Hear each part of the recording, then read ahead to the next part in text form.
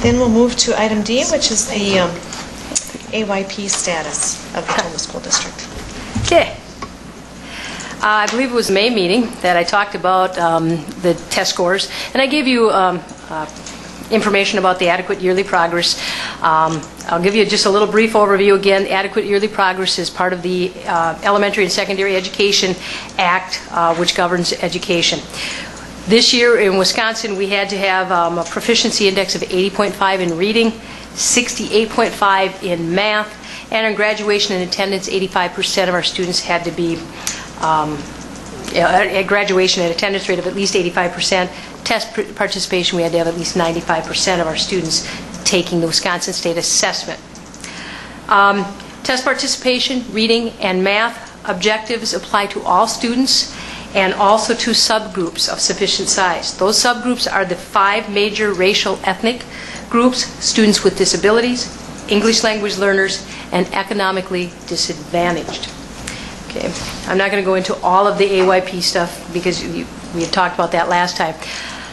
I think it should be noted that schools that miss AYP the first year are just schools that miss AYP. There's some misconception thinking that if you miss it the first year, you're the school that has to do this big improvement plan. Schools that miss it the first year are just labeled as missing AYP. If you miss AYP for 2 consecutive years, then you're in the same area. You're identified as a school in need of improvement. Okay. Cindy, you can scroll down to the page 3, I think. With that in mind, you know, on the Wisconsin State Assessment System, you can keep going. We have many things to celebrate, and I think we need to look at those good things. Yeah, right there, Cindy.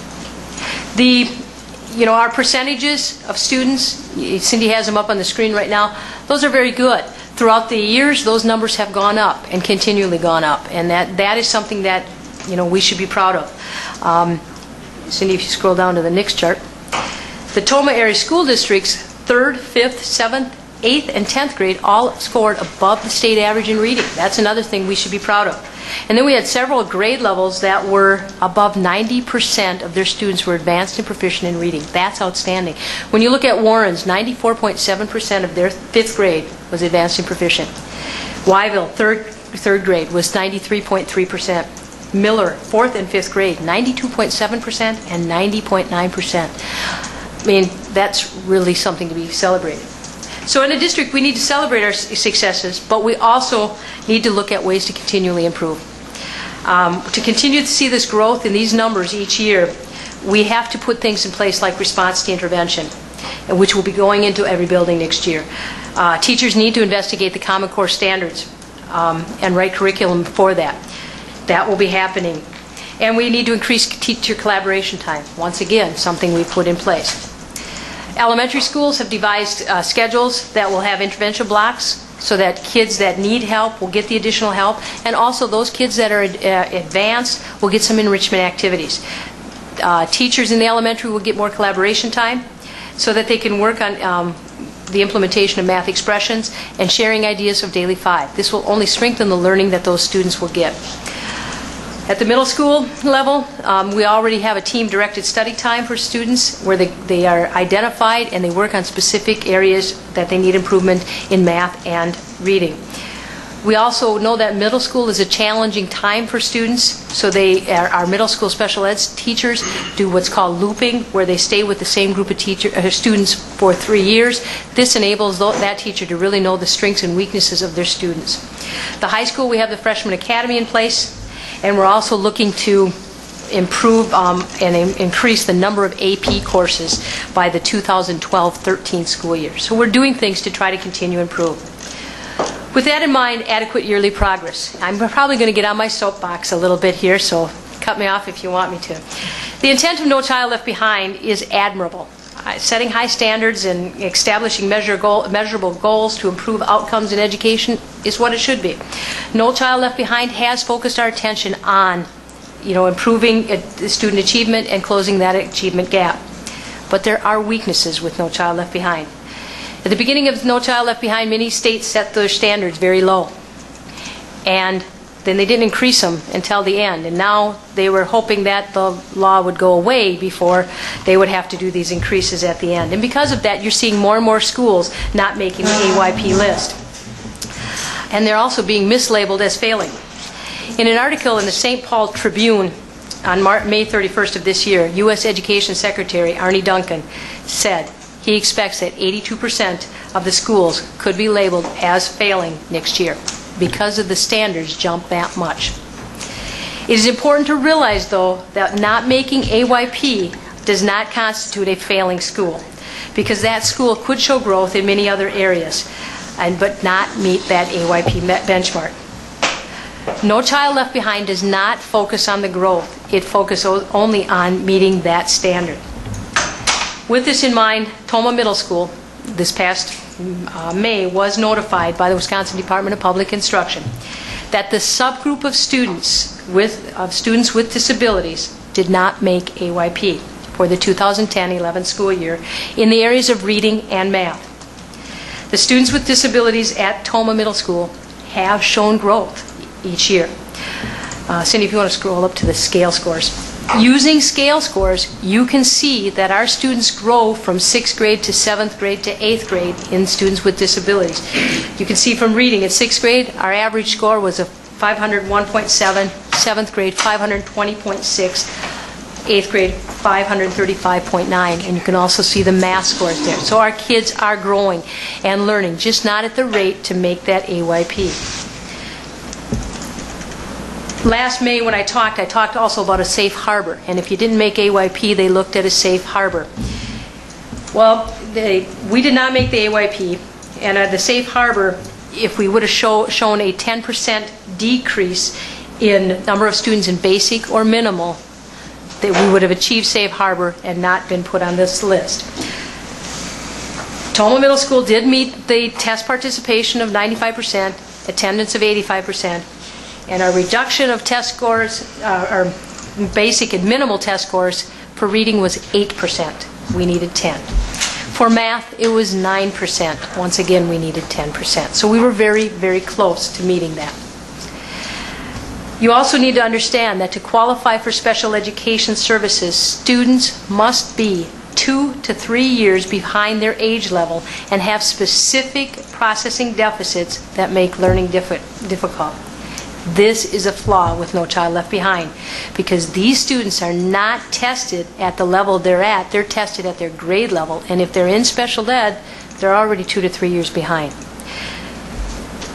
Tomah Middle School and Tomah School District actively seeking ways to continue to improve our special education IEP plans. We're looking at ways to make that transition to the middle school even smoother. Ames Web is being implemented, which is a computer-based program that will allow us to identify more specific areas of what students need to improve, pinpoint those areas, and then during those intervention times be able to hopefully improve those areas. The other thing we need to remember is the Wisconsin State Assessment System is only one measure of how a school or district is doing. To get a complete picture, we need to look at the success of the school, and we need to look at the number of other factors. Quality of teachers. Tomah has the best. Programs offered. Look at the programs that we offer at the middle school. Teachers' connections with students, and other assessments administered. Tomah Middle School does an outstanding job educating all students, including special ed, and they will always continue ways to improve. In my most recent readings, I've been reading the Education Week, which is an educational journal that I get, and in this, there was an interesting article about high-stakes testing and the results and impact that it's had on student learning. I thought it was quite timely that this came out. A Blue Ribbon Committee of National Research Council undertook a study on the test-based incentive system, including AYP, high school exit exams, and teacher merit pay. The study found that these approaches implemented so far have had little or no effect on student learning. The results of the study will likely add fuel to the reauthorization of this ESEA and No Child Left Behind. A spokesperson for the Department of Education, Jim Bradshaw, in this article stated, "This confirms what we already know. The accountability system in No child left behind is broken and needs fixing this year. We need better assessments, college and career readiness standards, and a more fair, focused, and flexible accountability system because children only get one shot at a world-class education. This study also, the committee hopefully hopes that it will push that reauthorization. And another person that was quoted in there, and I liked his quote, was the president for the Center of Education Policy by Jack Jennings. It's a message to all of us to slow down and think this through. We put all this weight on these tests that weren't designed for these things. So in all of this, what I'm saying is, yes, we didn't make AYP, but you can see there's flaws with this system, and we still have quality education going on. We can prove it by the by the scale scores that our kids are learning, but they're not learning to the standard. And as you can see, that standard every year is rising till we get to that 100%. Like Arnie Duncan said, we will have more and more schools on this list. Any questions? Just to clarify, the subgroup is the only group that did not Only group, meet yes. AYP, and how broadly is students with disabilities defined? Who does that include? It's anybody that has an IEP plan. Yep. So it's students that have, most of our cognitive disabled students take the alternate assessment, but learning disabilities, emotional disabilities, speech and language would qualify in there, so it's anybody with an IEP. How many, can you tell me how many children that is in the middle school? I do not, 71. Out of a total enrollment of how many?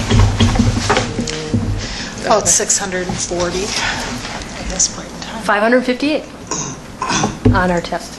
That's what it said. All students, 558. Barb, could more of our students with disabilities qualify to take the Wisconsin alternative assessment for students with disabilities, or would that flip us over the 95% participation in? I think we're fairly close with that. Okay. And, the other thing that I don't want to do is, I don't want to play games saying we're going to slide these over and put them into that. If a kid is capable of taking the WKC, they should. And that's what we've been doing here. So could a few more? Yes. I guess my comment would be, are we setting up students who are in a program because they're 2 to 3 years behind their peers because of their disability? Are we setting them up for failure, asking them to take a test in which they're expected to perform at high proficiency level, 95%, with their peers?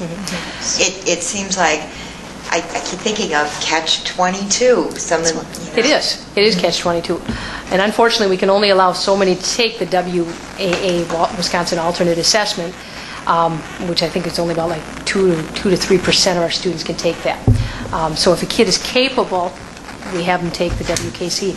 But are they still struggling on it? Are they still frustrated with it? Yes.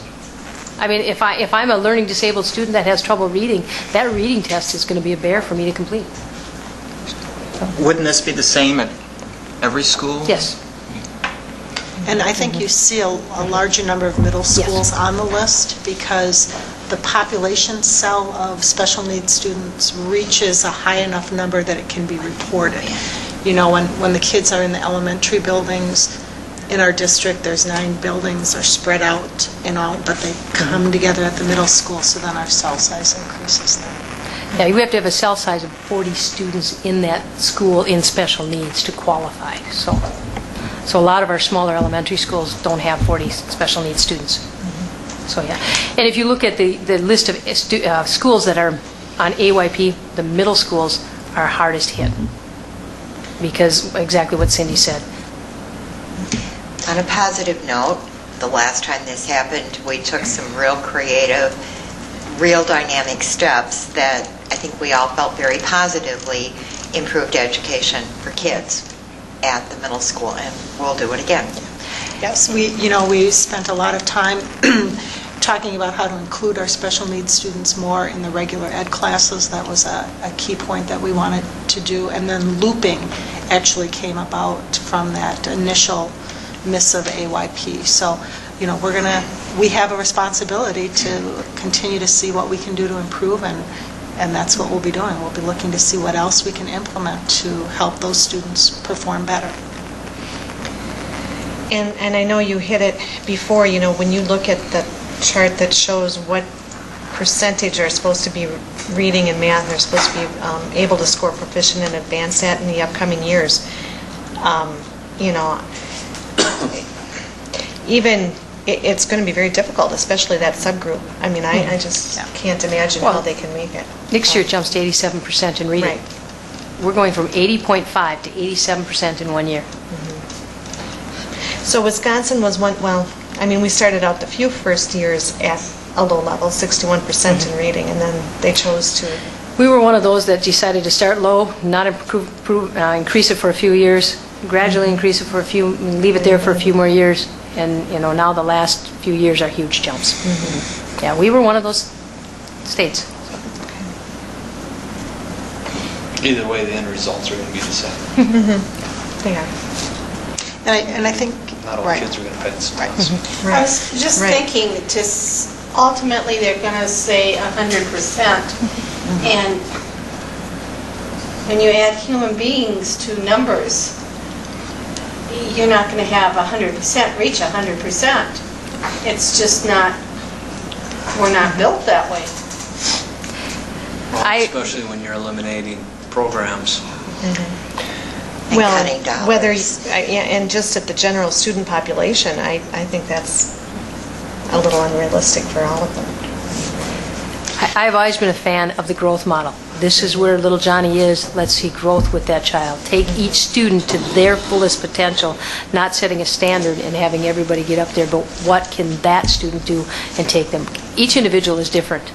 I don't learn the same as any of you, and we need to take our own levels. I mean, we talk about gifted and talented. We have those kids, and we need to take them to the fullest. We need to take our special needs students to the fullest of their potential. We should be looking at individual students, not so much a standard. I've always equated this to, we don't require our professional athletes to make 100% of their passes or their baskets in every game. But we are going to make our students achieve proficient or advanced, 100% of those. I've always had a problem with that.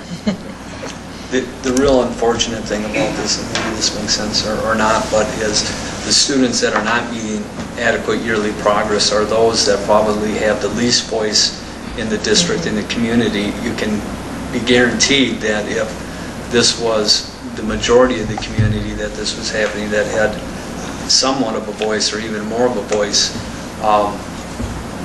we wouldn't be making the cuts that we have now.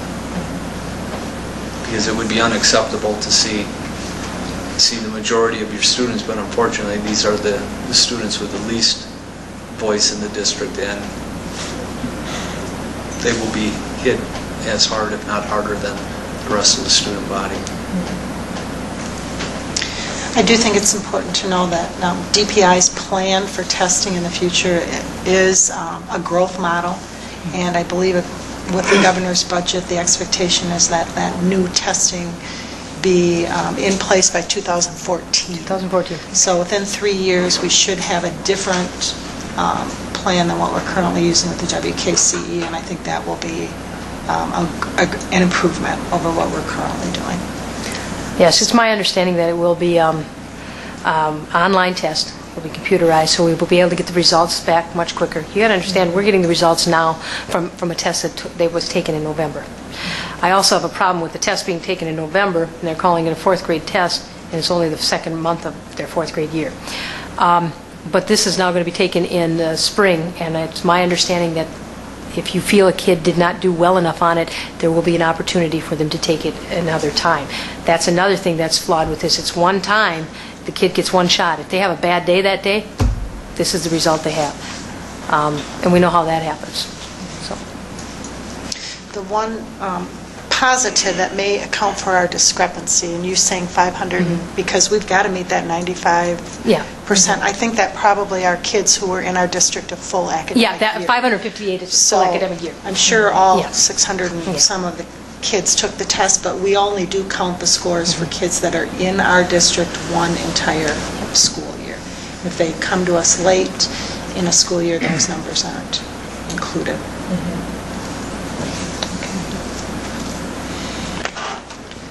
Barb, thank you for being a part of this district. Your understanding and determination in this area has really been something. I don't know how many meetings you've approached us, but your understanding and knowledge in the area has been terrific, so glad you're here. Yeah, they call me somewhat of a geek. I like to look at data and things like that, so, No. it's probably I'm in a good field then for myself. Well, Show thank a you. lot of fire. Thank you for this explanation. It Well, does thank certainly you. help. Help us know where we are and where we're going, we hope. So, well, we always have places to improve. If we didn't, we wouldn't be in education, so. That's right. Right. Okay, thank you. Thank you.